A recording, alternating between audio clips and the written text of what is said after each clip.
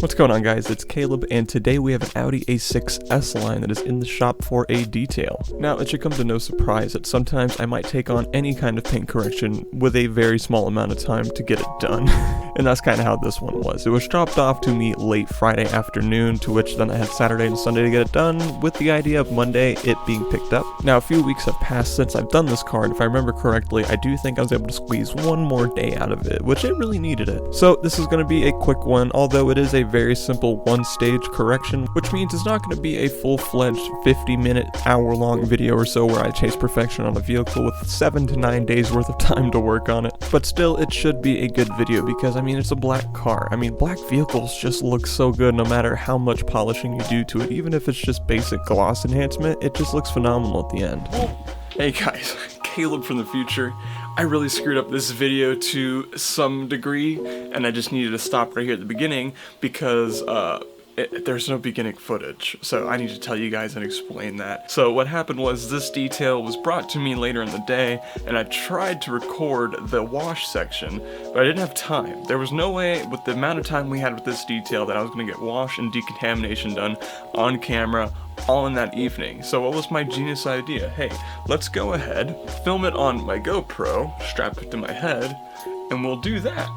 Which I did do that, but I happened to have gone to Obsessed Garage open house later on that weekend, and I cleared off all the footage from my micro SD card so I could film some there. Yeah, bit of a screw up, so we're gonna go ahead and just go to the clay bar section and continue on as if we did a full wash on this thing. So I hope you guys can forgive me. I am still going to try to make a video out of this though, so I hope you guys do enjoy it. Very simple polish, very simple ceramic detail.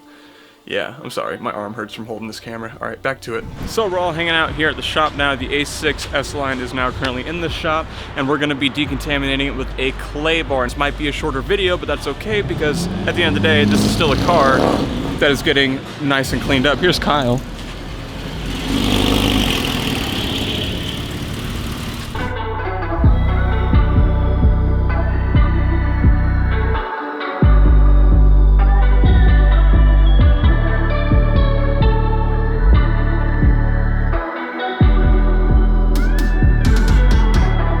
So yeah guys, an Audi A6 S-Line that is in for, quite an expedited treatment. As I said, I pretty much just had the weekend to get this thing done, and essentially what the story is behind it is this car was corrected by the dealership, but never coated, and they also left some really deep scratches on the top of the hood as well as top of the trunk. So the plan for this is to pretty much just go over it briefly with a one-step except for on the hood and the top of the trunk, make sure those things are fully corrected to the best of my abilities, and then giving it a decent coating. Nothing too crazy, nothing too fancy. We're talking Projet. It's not that big of a deal, but it can last upwards of 2 years, and at the end of the day, any protection is pretty much good protection.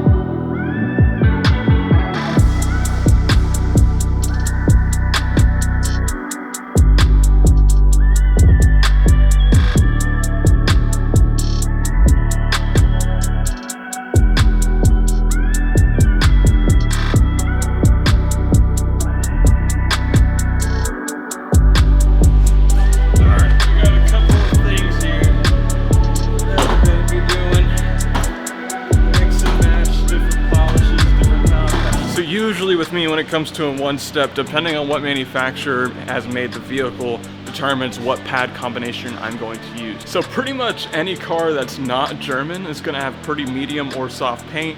So I usually rely on a yellow Rupes pad with a Sonax Perfect Finish, but with cars such as Volkswagen, Audi, BMW, Mercedes, these are pretty rough paints. Like, not rough, but hard. They're pretty hard paints. I will be using a yellow Rupes pad, but with some Perfect Finish, like maybe 2 dabs of Perfect Finish, and like 1 dab of Cut Max. If that doesn't do enough cutting with refining at the same time, maybe a little bit of M105, but that usually I never have to go that far.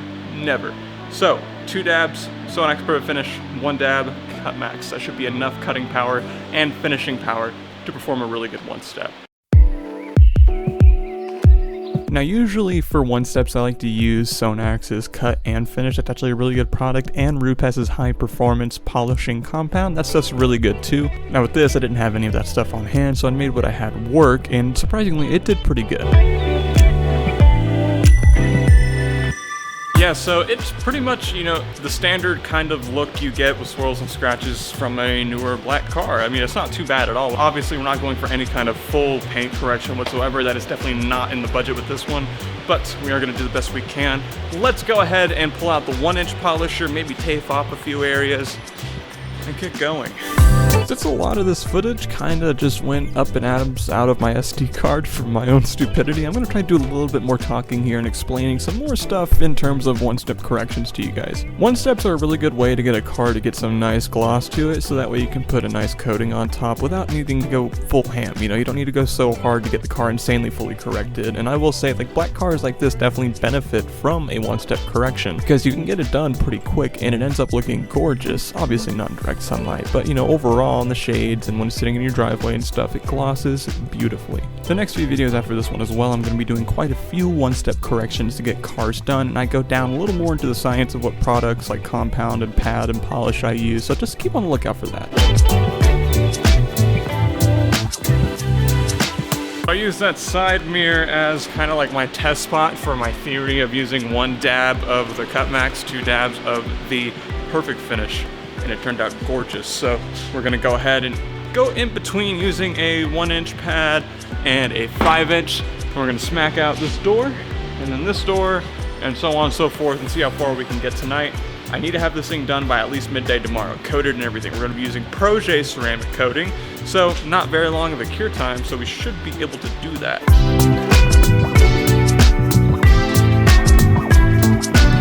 Hold on, my bad, not the doors, we gotta do the roof first. I gotta pop this tripod down.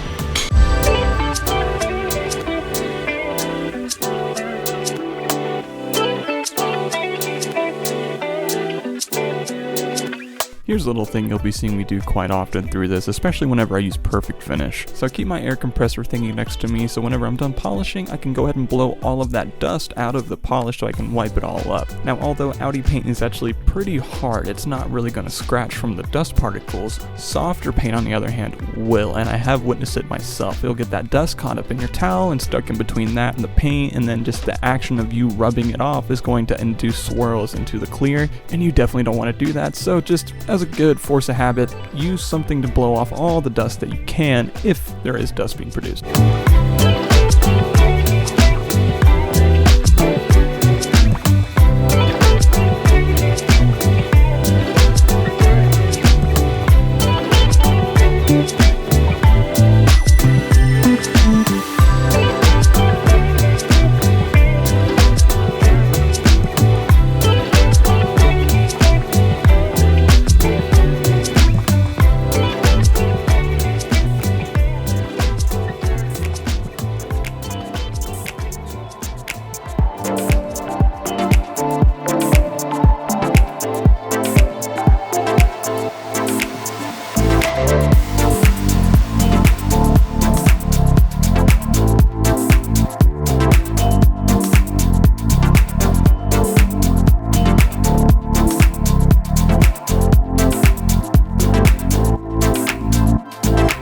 As I said earlier on, I'm going to do my absolute best to get the hood and the top of the trunk as corrected as I possibly can within the appropriate time frame. And if you saw me do the trunk, I tried to use a microfiber cutting pad, but it just wasn't doing justice. I mean, it did not really want to cut all that well, so I ended up having to switch, especially when we went to the hood, a blue coarse foam cutting pad from Rupes. This is actually a really good pad that likes to do some very deep cutting. I thoroughly enjoy using it whenever it comes to doing deep cutting. And if you pair that with some M105 from Meguiar's, or like Cut Max, for example, from Sonax, that is just a really great combo, especially for tough paint like this. Now it does look worse because you're introducing damage to get rid of damage. I used a coarse blue foam cutting pad, which is very, very deep cutting to a degree, and therefore it started to haze up and whatnot, add some micro marring and all that, and I just have to keep reminding myself this is not a full correction, man, stop going more. The next and last day for the Audi A6 S Sport. This is, like I said, a really quick job, probably a short-ish video. But last night I ended up putting the camera down so I could solely focus on cutting the hood and the trunk, and I did. I mean, I really did. That's why we're moving on to the next day now. It did turn out great. There's some really deep scratches in the hood that did not come out all that well because they're just too deep. But I went through that. I went through the top of the roof, or the top of the hood, or top of the trunk, and did that as well. So now we're gonna throw on a yellow Rupes pad and go to town with some Perfect Finish. It's currently 8 a.m. My goal is to finish polishing around noon, 1 o'clock. Go ahead and make sure it's coated by 3 at the very, very latest. So, let's get to it.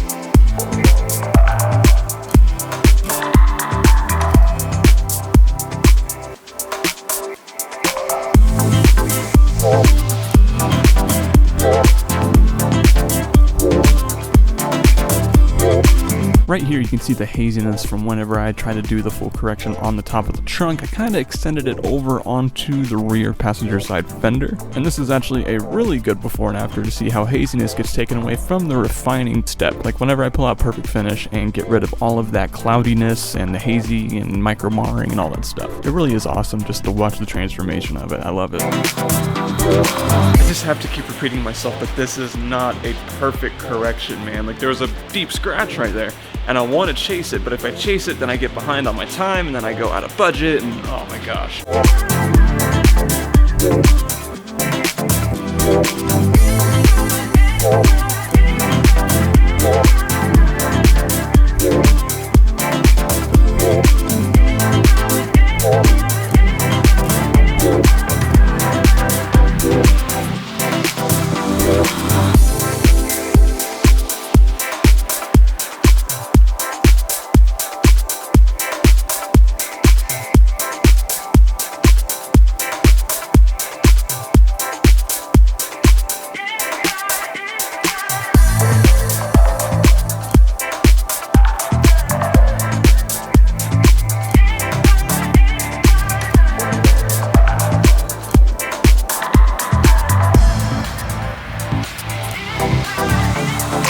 There's just nothing better than seeing something polished with Perfect Finish, man. I love it so much.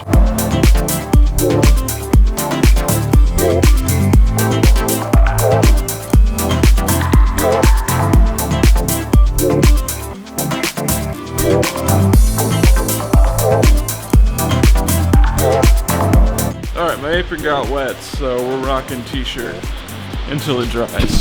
Sitting out in the sun right now.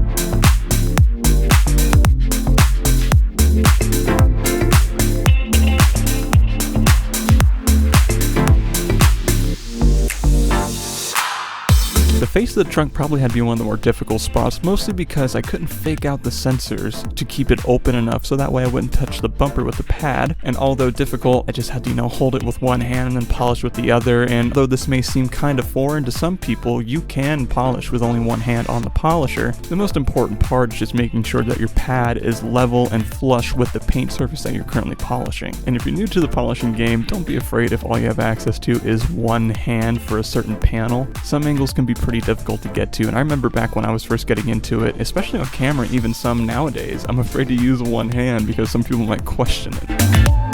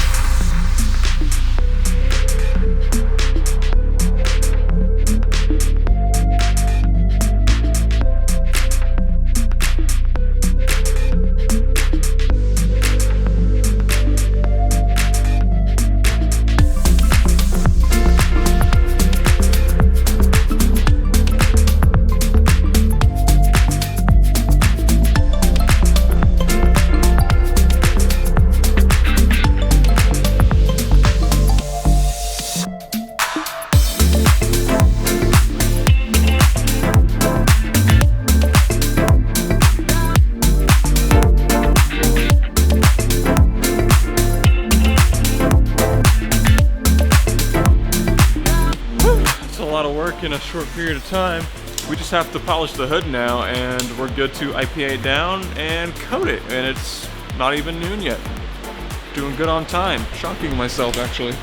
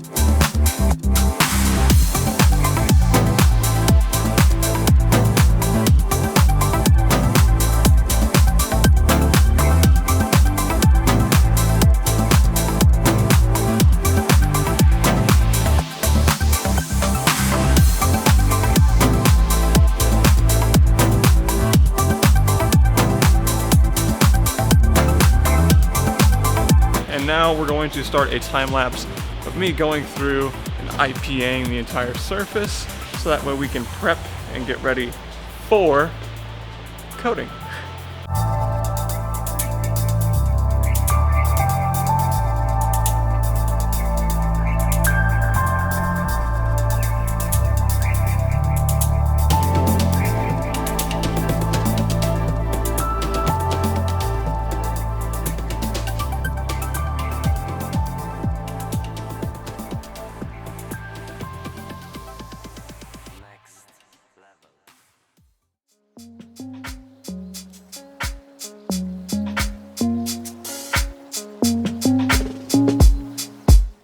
Now, if you've been around here for quite some time, you've seen me use Projet ceramic coating quite a bit, and it actually is a very nice, affordable, easy to use coating that I kind of recommend to people if they want a cheaper way and more forgivable way of getting into it. I think it's like 35 bucks or something for this massive bottle, and it says it lasts a year. I have some customers who I've seen it last upwards of 2 years, but think about it, they also take care of their car. They wash it weekly, they keep it garage kept, all that sort of stuff. And I'm also using a new microfiber applicator. I mean, I think it was on sale for 10 bucks for like a 12 pack or something. It's from Chemical Guys. Very, very, very big, which is why you saw me use a bunch of product in the very beginning. Overall though, this whole coating process went really smoothly, very easy, literally textbook. It was so nice to see, and the end product was awesome and glossy.